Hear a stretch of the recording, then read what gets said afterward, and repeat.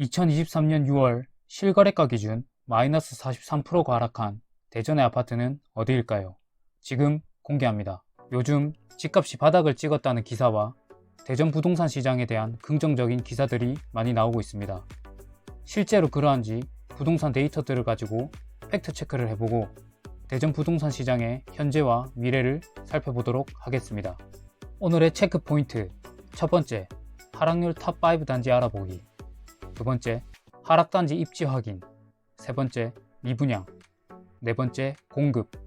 다섯 번째, 거래량과 전세 수급 지수. 여섯 번째, 주택 구입 부담 지수입니다. 하락률 탑5 5위, 유성구 복명동에 위치한 복명 베르디움입니다. 21년 8월 최고가 12억 7천만 원에 거래가 되었으며 23년 6월 최고가 대비 마이너스 37% 하락한 7억 9,400만 원에 거래가 되었습니다. 세대수는 970세대 16개 동, 최고층은 25층이며 세대당 주차대수는 1.31대입니다. 실거래가 흐름을 보면 하한가 밴드 7억 500만원보다 높은 가격으로 거래가 되면서 바닥을 다지고 있습니다. 분위기가 가장 좋지 않았던 올해 초 중층 가격이 7억 초반에 거래들이 되었었고 현재 반등을 한 것을 볼 수 있습니다. 중층 가격 호가는 8억 원에 형성되어 있고 동간 간격이 가장 넓은 206동, 갑천뷰가 나오는 201, 207, 208동이 선호동입니다. 베르디움 입지를 보면 지하철 2호선 유성온천역, NC백화점, 영화관 접근성이 좋고 단지 앞 하나로마트까지 짓고 있는 중입니다. 또한 대전 대표 학군지인 둔산동과의 거리가 가까워 쾌적한 환경에 거주하면서 아이들 교육까지 신경 쓸 수 있는 대전 대장급 단지입니다.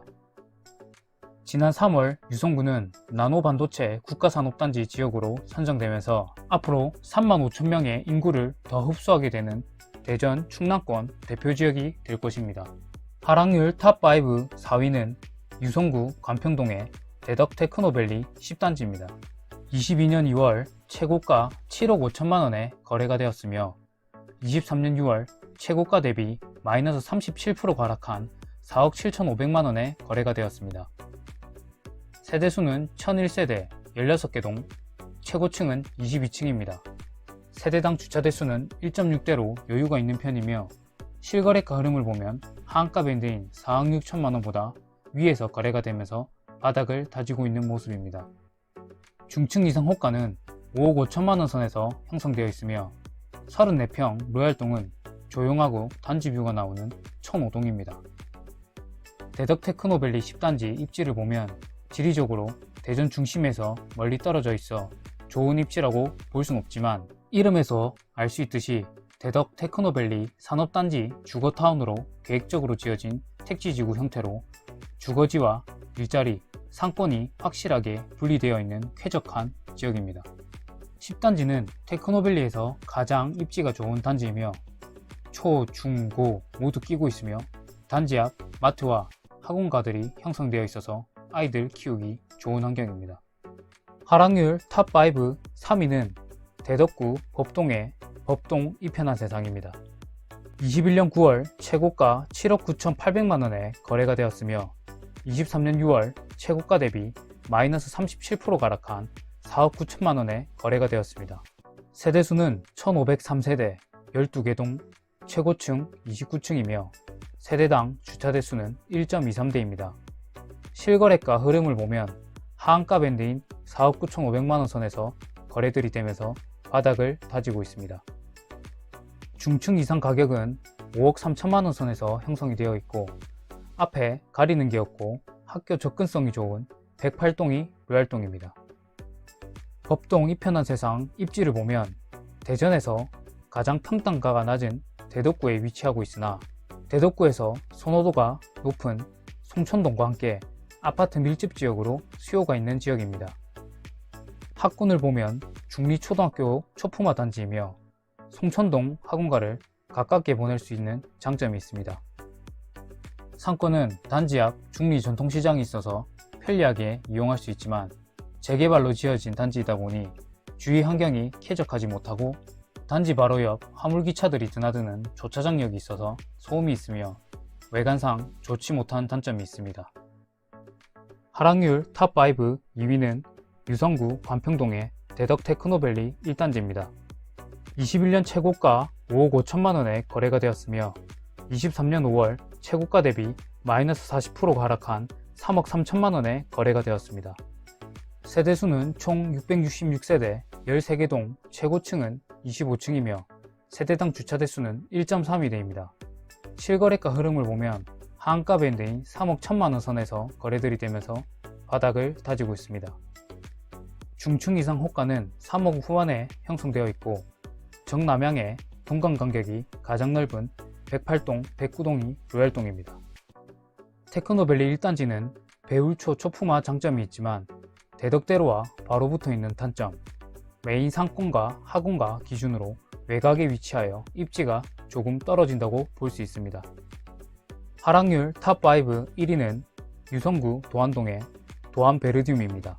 21년 8월 최고가 9억 4천만원에 거래가 되었으며 23년 6월 최고가 기준 마이너스 43%가 하락한 5억 3,500만원에 거래가 되었습니다. 중층 호가는 5억 중반에 형성되어 있고 뷰가 나오는 바깥쪽 라인들이 선호동입니다. 도안베르디움 입지를 살펴보면 서구 내에서 둔상동 다음으로 선호도가 높은 도안동에 위치하고 있으며 도안동은 서구에서 영유아 10대 인구 비율이 세 번째로 높은 아이들 키우기 좋은 지역으로 볼 수 있습니다. 앞에서 설명드렸다시피 도안동은 반도체 산업단지 호재를 받게 될 지역이고 도안동 내에서 입지를 보면 브랜드가 가장 좋은 아이파크, 입지가 가장 좋은 우미린 다음으로 선호도가 있는 단지이며 주위에 건양대학교 병원과 상권이 형성되어 있지만 학원가가 부족한 것이 단점입니다. 지금까지 23년 6월 실거래가 기준 하락률 탑5 단지들을 살펴보았습니다. 이제 부동산 데이터들을 보면서 대전 부동산 시장의 상황을 살펴보겠습니다. 첫 번째, 미분양입니다. 22년 12월 3,229개의 미분양을 기록했지만 23년 1월부터 감소를 하면서 5개월 만에 1,200개의 미분양이 감소했습니다. 생각보다 빠르게 미분양이 감소하는 것은 상승 전환에 매우 중요한 요소이므로 앞으로 감소 추이를 꾸준하게 체크해야겠습니다. 세 번째 지표는 매수우위와 전세수급 지표입니다. 매수우위 지표는 주택시장에서 집을 팔려는 사람이 많은지 매수하려는 사람이 많은지 측정하는 지수로 기준선 40을 넘기면 매수자가 많다는 의미로 보면 됩니다. 23년 1월 9.1로 역대급으로 낮은 심리를 찍고 6월 기준 28.1로 심리가 회복되고 있는 모습을 볼 수 있습니다. 하지만 이 정도로 시장이 전체적으로 상승하기에는 역부족이므로 꾸준하게 모니터링할 필요가 있습니다. 다음은 전세수급 지수입니다. 기준선 150보다 낮으면 공급보다 수요자가 적다는 뜻이고 150을 넘으면 전세 수요자는 많은데 공급 부족으로 전세가가 오를 가능성이 높다라고 예측할 수 있는 지표입니다. 22년 11월 55.6으로 바닥을 찍고 6월 기준 98.7로 빠르게 회복하고 있습니다. 하지만 대전은 내년부터 공급 물량이 많이 잡혀 있어서 지표가 회복하는데 쉽지 않을 것으로 예상됩니다.